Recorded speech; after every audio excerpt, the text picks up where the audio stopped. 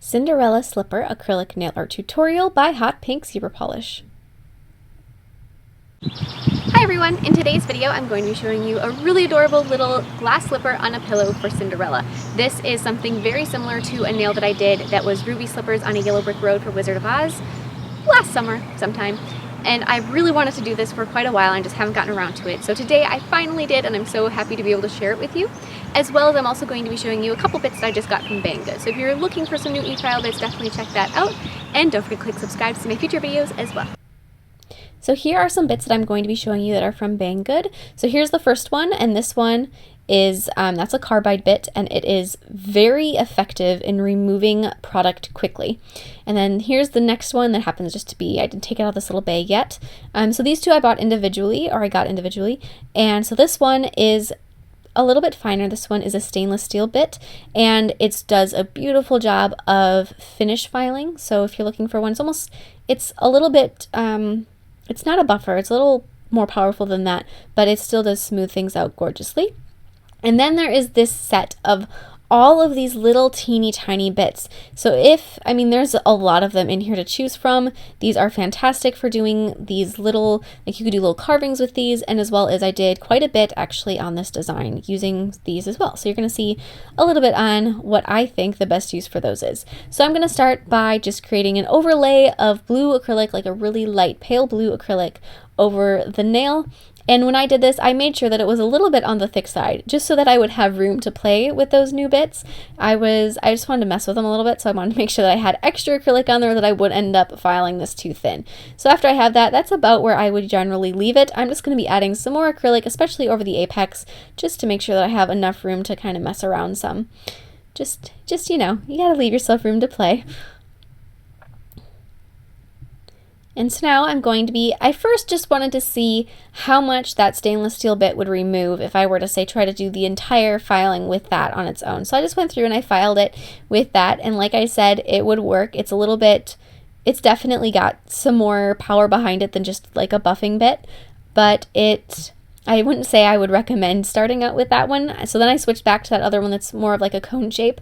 And I'm just going to go through and I'm going to start filing it. And like I said, that one really does an amazing job at removing product quickly, but it's also a controllable removal. So for doing filing like this, it does work for that very well as well. Whereas I know there's some bits where you don't want to use them for finish filing because they're just gonna like attack things. It's not that case. It definitely works for this. And so you can definitely find a shape in your nail without taking too much product off at a time. I've done a fill with that bit since then, and it did a gorgeous job removing lifting too. So then I'm just going to go back to that other one, the ceramic one, and the stainless steel one, and I'm just going to take and I'm going to be just going over it, removing any scratches that other one may have left behind and deposited, and just making sure it's nice and smooth. So then I'm going to take it's the smallest of the cone shaped bits. So I'm just going to take that and I'm going to be creating the little quilting pattern on the pillow. So normally when I would do this design, I would not add the acrylic and then carve some away to create the quilting. I would just sculpt that from the beginning. After I did this, I don't necessarily think that that's easier. It's just the way that I would generally go about it. So I decided for this one that I would test out those other bits and show you that you can do that for this too. So I'm just going to take and create a cross hatch, like a whole bunch of X's. I'm going to take and make little lines in the acrylic in one direction with that file, and then go ahead and make them in the other direction with the file as well, or with that bit. And when I'm doing this, you do have to provide a little bit of pressure and a little bit of speed on the bit. They're not very strong, or they're not very powerful. Like, they're not going to remove a whole bunch of product at one time.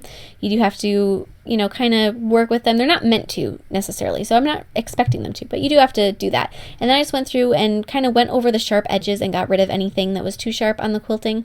And then taking one of them that's circular, one of the circular bits, I'm just going to take and I'm going to add a little indent right where the lines intersect. So just create like a little more of a indent there. And also you can smooth out the lines if they need it at all. Like I said, if there's any sharp lines, you can go ahead and get rid of those. And I'm just creating like the little place where if this was a sewn quilted pillow, there'd be a bead or something in there that would pull it down. So you just want to bring it down a little bit. And then put down some gel sealer, and I'm going to be adding my little caviar beads. And the reason I'm using gel sealer instead of nail glue for this is because I don't like nail glue and it doesn't like me, so gel sealer works out a little better. But nail glue, if you are a fan of the stuff, would definitely be just fine. After that, all those caviar beads are in those places. Go ahead and cure that, and then apply a very thin coat of gel sealer over the entire nail. The reason I say a very thin coat is because you don't want to flood all of those little indents that you created with your e-file. So now that that's done, I'm going to go through and I'm going to be adding the little rope twisty trim that goes around the outside of the pillow. So with gold acrylic, I'm going to take and I'm just going to be adding that going around it just like that. Just do a little section and then take a silicone tool and create little angled lines going through it to create that rope twisted appearance. And if you're wondering if you saw the What I Got at Nail Pro Pasadena video, this is the gold acrylic that I was so excited about, and it is actually gold. It's actually metallic and it is wonderful, and I'm sure you're going to be seeing me use it a whole bunch more in the future. And that pale blue is also from Nail Pro Pasadena, and it was in that pastel kit that I got. So just thought I'd give a little shout out to those if anyone's curious. And as I'm going around this with that gold acrylic, it really is just what I was looking for. So I'm really happy with it. And I'm just going to keep doing that. When I went over and did that trim along the bottom of the nail, I did actually go across the tip instead of going like on top of the tip like you would do at the cuticle.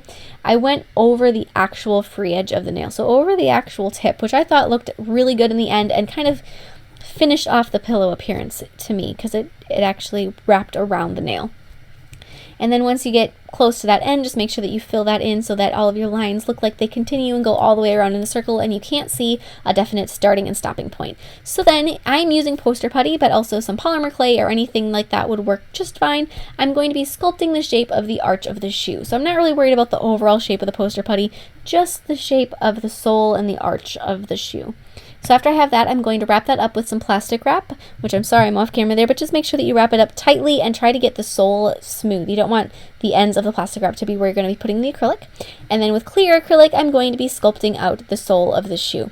So I'm just going to take the clear acrylic just right along that bottom curve of that poster putty or clay that you have wrapped up in the plastic wrap. And then after you have that on there, just make sure that it's nice and smooth and exactly what you're looking for there. And then after it's set, you can go ahead and just pop it off.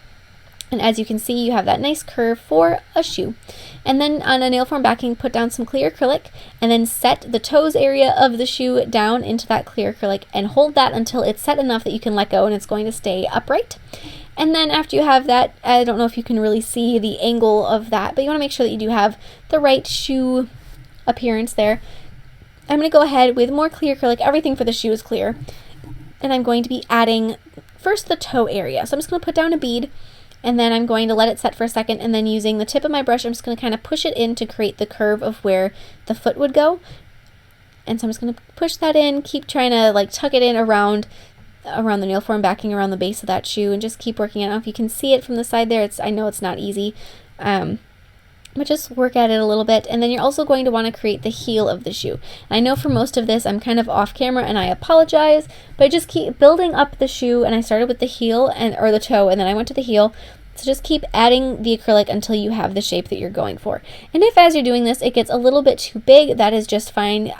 All of those wonderful little bits are going to help you out and refine the shape later. So just make sure that you have enough acrylic on there that you do have room to file it and it's not going to break. So hopefully as you're filing it, you're not going to have that trouble. I don't think you will. If it looks right, you should be just fine. But then after you have the heel and the toe done, go ahead and create the sides of the shoe going between them. So if you do the heel and the toe, then you only have this small space to work on that little thin area, and it's a lot easier than trying to accomplish like all the way around a 360. So if you have the one section done and the other, you just have to connect them. So I have the one side connected, and I'll go through and add the clear acrylic to the other side. Just like that, making sure that it does go all the way around, and make sure that everything here is high enough and the right shape, and just keep looking at it. And if you know what a shoe looks like, you should be able to tell if there's any problems. I mean, I know every once in a while I look at it and I'm like, oh, well that area doesn't look right, and I'd add a little more acrylic there. So just keep building it up until you have the shape of the shoe that you want. And I know that I'm off camera for this. I sincerely apologize. I will put a link to a video that's very similar where I created some shoes. It was a Wizard of Oz themed design, and there I wasn't off camera. So if you want to see me make a different pair of shoes, go ahead and check that one out. It's basically the same steps. This is just clear instead of red.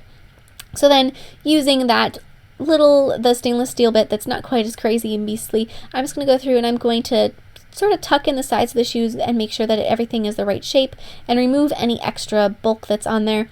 And I do not want to use that crazy one, the carbide bit, because that's going to take off way too much. And you want something a little more delicate in this circumstance.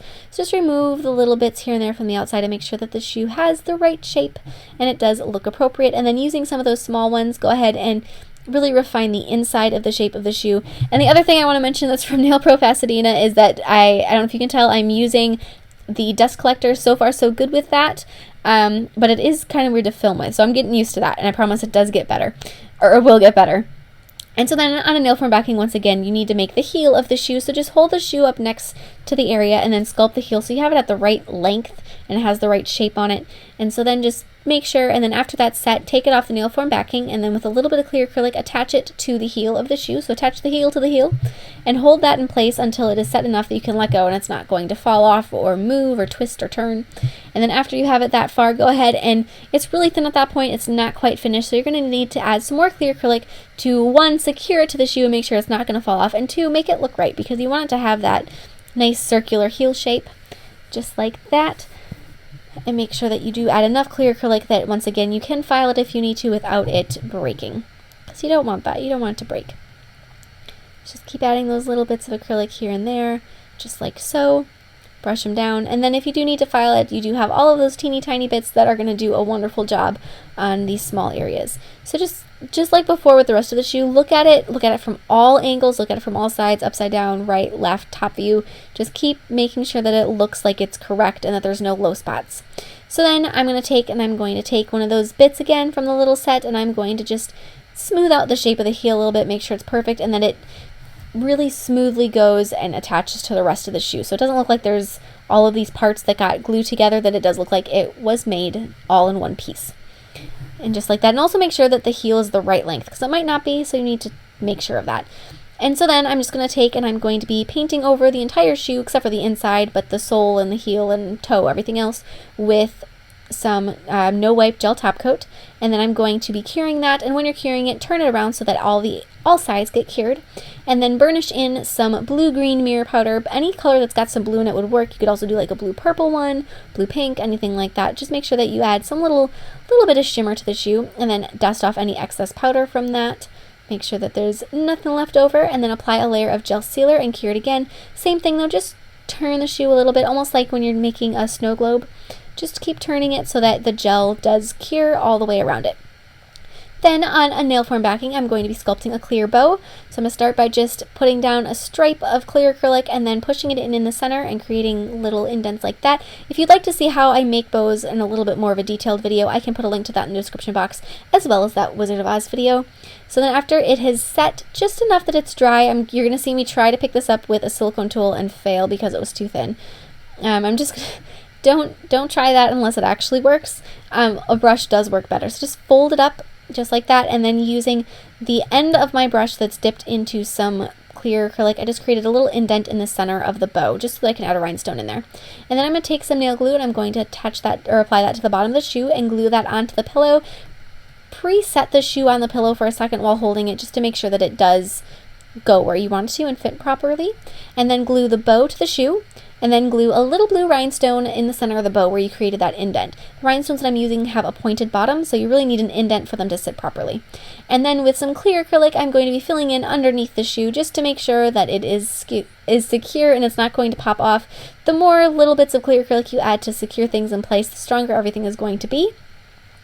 And so I'm also going to add just a little bit of that around the heel there, just to make sure, like I said, it's not going to fall off.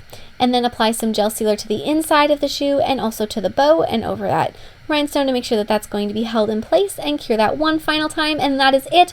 I decided that this would make an adorable ring, so I definitely turned it into that because I thought that was just perfect. I hope you like this design, and don't forget to share recreations with me on Facebook and Instagram. I'd love to see them, and I will see you in my next video. Bye!